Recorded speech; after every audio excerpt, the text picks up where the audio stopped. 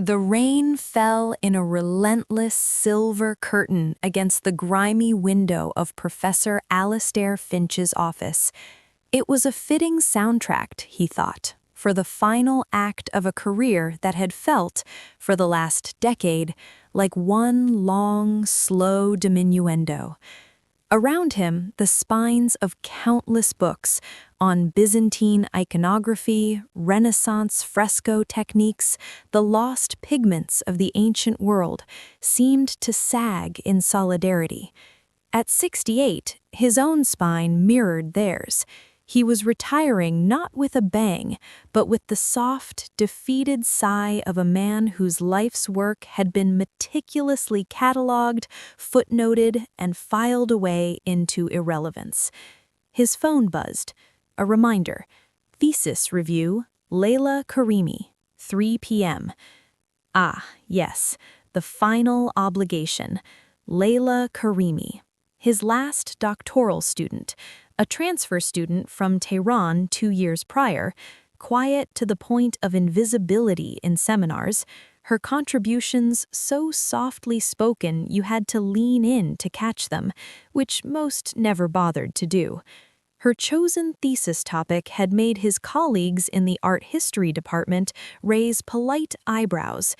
The architecture of longing, non-physical spaces in the art of the Iranian diaspora.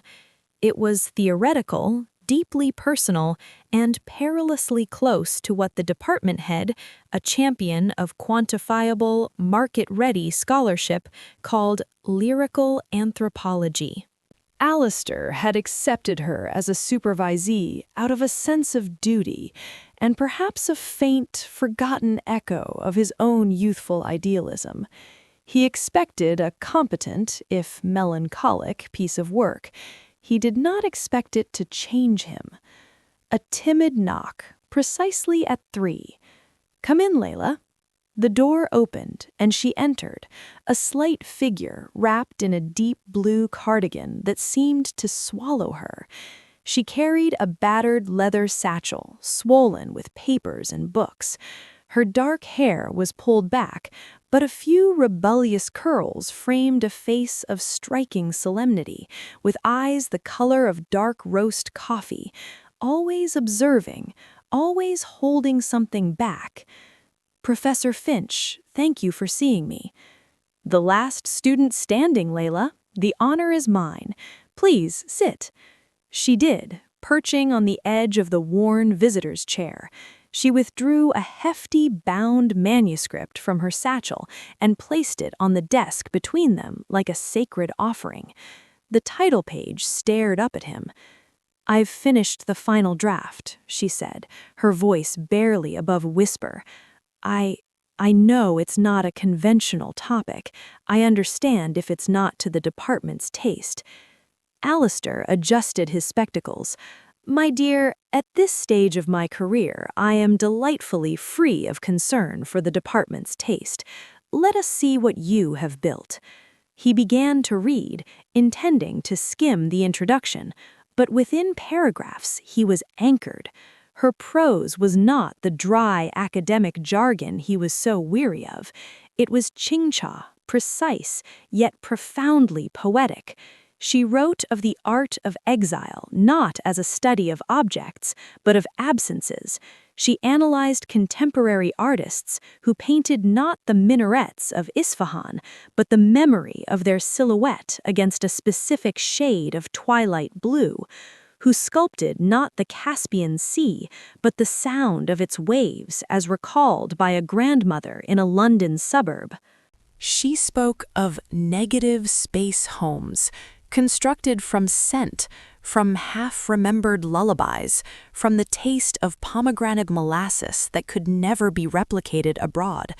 This wasn't just art criticism, it was a treatise on the human soul, using brushstrokes and installations as its vocabulary. Hours slipped by, the rain softened. Alistair forgot to make his usual penciled notes in the margin. He simply turned the pages, journeying through her mind, A mind he realized with a jolt was more insightful, more original than any he had encountered in 40 years of teaching. He finally looked up, the gray afternoon light replaced by the amber glow of his desk lamp. Layla sat exactly as she had, hands folded in her lap, watching him with the patient stillness of one awaiting a verdict. "Layla," he began, his own voice rough with disuse, "this is extraordinary." A flicker of something, relief, doubt, crossed her features. "You think so?" "I know so. This," he tapped the manuscript, "is not just a thesis. It is a vital intervention. It makes the intangible tangible. You have given a language to a specific kind of grief and a specific kind of love." For the first time, he saw her smile. It was a small, transformative thing, like sunlight finded a crack in a stone wall. That was the hope, to speak of the love for a place that exists now only as a feeling. They talked then, not as professor and student, but as two people captivated by an idea. He asked questions, and her answers, though still soft-spoken, were rivers of eloquence. She spoke of her grandfather's garden in Shiraz, a space she had never visited but knew intimately through his descriptions. The exact scent of the damask roses, the sound of the fountain, the coolness of the tile underfoot at noon. "My art history," she said, "is the history of that garden. All art, in some way, is an attempt to rebuild a lost garden." In that moment, Alastair Finch felt the ice that had encased his scholarly heart for years begin to crack. This, he thought, with a surge of fierce, unexpected emotion, this is why I entered this profession. Not for the publications or the conferences, but for this, the chance to witness a mind like this unfurl. "We must get this published," he declared, "properly, as a book. I have some contacts." Her eyes widened. "Professor, I couldn't ask you to." "You didn't ask. I am insisting." The force in his own voice surprised him. He felt alive, purposeful. "Your work must be seen." That was the beginning. What followed was a year of intense, collaborative fervor. Alastair became her champion, her fierce advocate. He used his fading but still present influence to secure her a publisher. He spent hours with her, refining arguments, debating phrasing. He saw her confidence grow, saw her voice in seminars become firmer, her insights cutting through the intellectual posturing of her peers. He also began to see the toll, the late nights in the library, the weight of being the representative of a culture under constant scrutiny, the quiet anxiety in her eyes when news from home was bleak. He found himself doing small things, bringing her a proper cup of tea when she worked late in his office, recommending a novel by an Iranian writer once when she looked particularly exhausted, simply saying, "Go home, Layla. The footnotes can wait. You need to breathe." He loved her mind. That was undeniable. He loved its intricacy, its poetic logic, its courage. But as the months passed, he realized his love had deepened, matured into something more profound. It was a pedagogical love, the highest form a teacher can feel. It was the love of seeing potential not just realized, but transcended. It was the selfless, fierce desire for her to soar, to claim the space her intellect deserved. He loved her resilience, her dignity in the face of casual otherness. He loved the way she cared for her work, with a reverence that had vanished from much of the academy. He loved her, not in a possessive or personal way, but as the brilliant, fragile, magnificent human being she was, his student. The book, The Architecture of Longing, was published to quiet but significant acclaim. A review in a major journal called it a seminal work that reorients the discourse on diasporic art. Layla was asked to speak at conferences. Alastair attended every talk he could, sitting in the back, his chest swelling with a pride so acute it was almost painful. The pinnacle was her doctoral defense. She stood before the stern committee, a solitary figure in a simple black dress. Alastair, as her supervisor, had to remain silent, an agony for him. They questioned her, probed for weaknesses, and she answered, not with arrogance, but with a calm, deep authority that left the room in a hushed stillness. Her answers were not just defenses of her thesis, they were expansions of it, windows into even deeper layers of thought she hadn't yet committed to paper. When she was asked to leave the room for the committee's deliberation, Alastair could barely sit still. The 5 minutes felt like an eternity. When she was called back in, the department head's stern face broke into a rare, genuine smile. "Dr. Karimi," he said, "it is my great pleasure to inform you that you have passed with the highest distinction." The look on Layla's face, shock, relief, vindication, joy, was a masterpiece in itself. Her eyes immediately found Alastair's. He gave her the smallest, firmest nod, his own eyes stinging. After the congratulations and handshakes, after the committee had filed out, she approached him. For a moment they stood in the empty seminar room surrounded by the ghosts of 1,000 academic debates. "Professor Finch, Alastair," she said, testing the new name, I have no words." "You," he said, his voice thick, "have nothing but words, and they are glorious, and it is Dr. Karimi now. You earned that." "I couldn't have, not without you. You saw something in my work when no one else did. You believed in me." She paused, searching his face. "Why?" The question hung in the air. He could have given a glib, professional answer, but this was their last moment in this formal context. He owed her the truth. "Because, Layla, from the moment I read that first draft, I saw a light. A brilliant, unique light. My job, as I saw it, was not to kindle it, you had done that yourself, but to clear away the debris that the world and even this institution piles around such lights, to make sure it could shine as far as it was meant to." He took a breath, the confession leaving him a little raw. "I love my work when it allows me to serve a mind like yours. I love my student. It has been the greatest privilege of my career." Tears welled in her eyes, but she did not look away.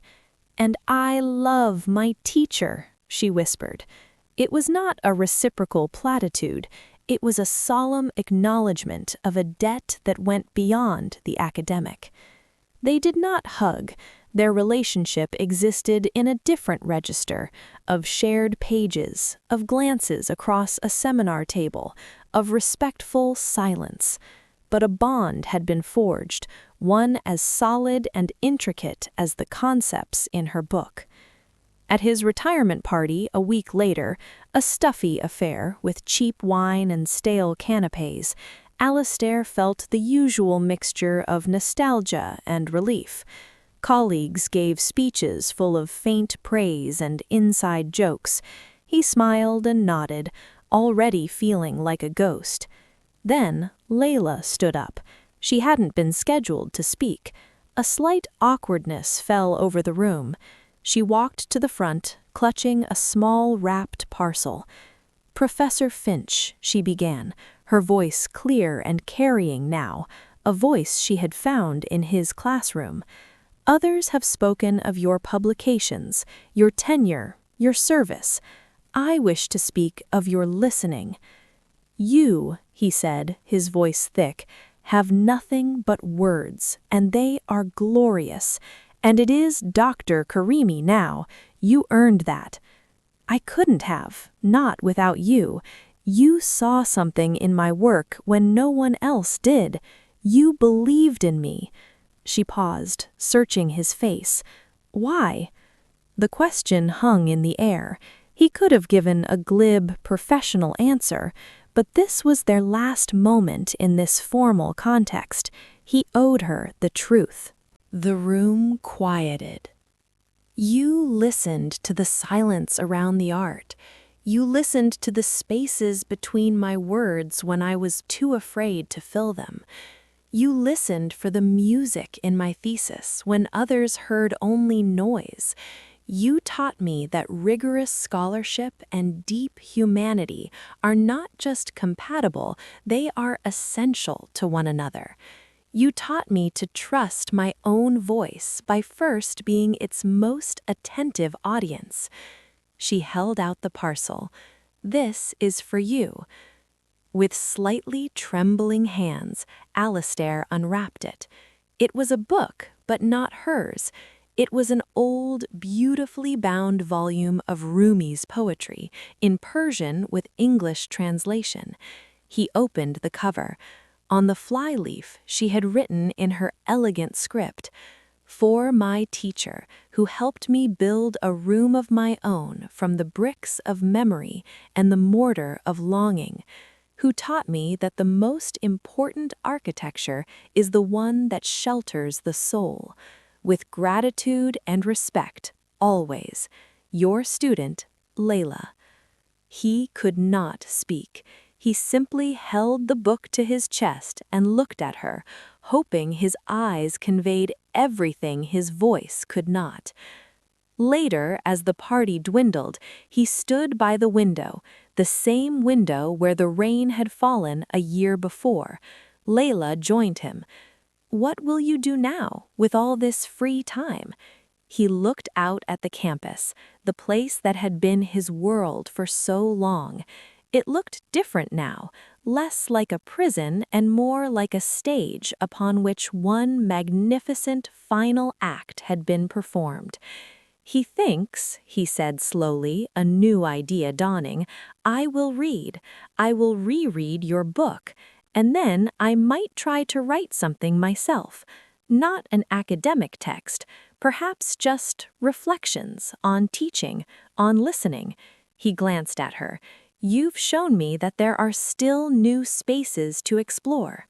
She smiled, that full, radiant smile that was now so familiar. "Then I will be the first in line to read it." She left soon after, off to her new life as Dr. Karimi, a postdoctoral fellowship awaiting her at another university. Alastair watched her go, a slim, blue-clad figure disappearing into the evening. Back in his now empty office, boxed-up books lining the walls, he sat at his clean desk. He opened the Rumi. A line she had underlined leaped out at him. "The garden of the world has no limits except in your mind." He thought of her grandfather's garden in Shiraz, a place built entirely of love and words. He thought of the intellectual garden they had tended together over the past 2 years. He thought of the unseen, silent symphony of mentorship, the questions posed, the doubts assuaged, the confidence nurtured note by note. The love he felt was not a closing chord, it was a key change. It had pulled him out of his own winter and into a strange, hopeful spring. It was not possessive, nor was it fleeting. It was woven into the fabric of his purpose, a quiet, eternal flame. He took out a fresh sheet of paper. At the top, he wrote, "Chapter 1, The Sound of a Light." He smiled, picked up his pen, and began to write, his heart full of the love for a student who, in the end, became his teacher. Here are the key phrases and motifs from the story The Unseen Symphony, along with brief explanations of their significance. 1. A long, slow diminuendo. This musical term, meaning a gradual decrease in loudness, perfectly captures Professor Finch's emotional and professional state at the story's beginning. It describes a career and a life winding down, not with a celebratory finale, but with a quiet, fading note of disappointment and irrelevance. The Architecture of Longing. This is the title of Layla's thesis and her published book. It is the central, transformative metaphor of the story. It represents her scholarly work, giving form to intangible feelings of homesickness, memory, and cultural loss, and also mirrors the process of mentorship, where Finch helps her construct her academic confidence and voice. Negative space homes. A key concept from Layla's thesis. It refers to the idea that for diasporic individuals, home is often defined not by physical structures, but by the absence and memory of sensory details, scents, sounds, tastes. This concept challenges traditional art history and becomes a lens for understanding emotional reality. 4. A pedagogical love. This is the story's core definition of Finch's feelings. It is not romantic or possessive love, but the highest form of a teacher's love, a selfless, fierce dedication to nurturing a student's potential, witnessing their growth, and ensuring their light shines as brightly as possible. It is professional, profound, and deeply personal.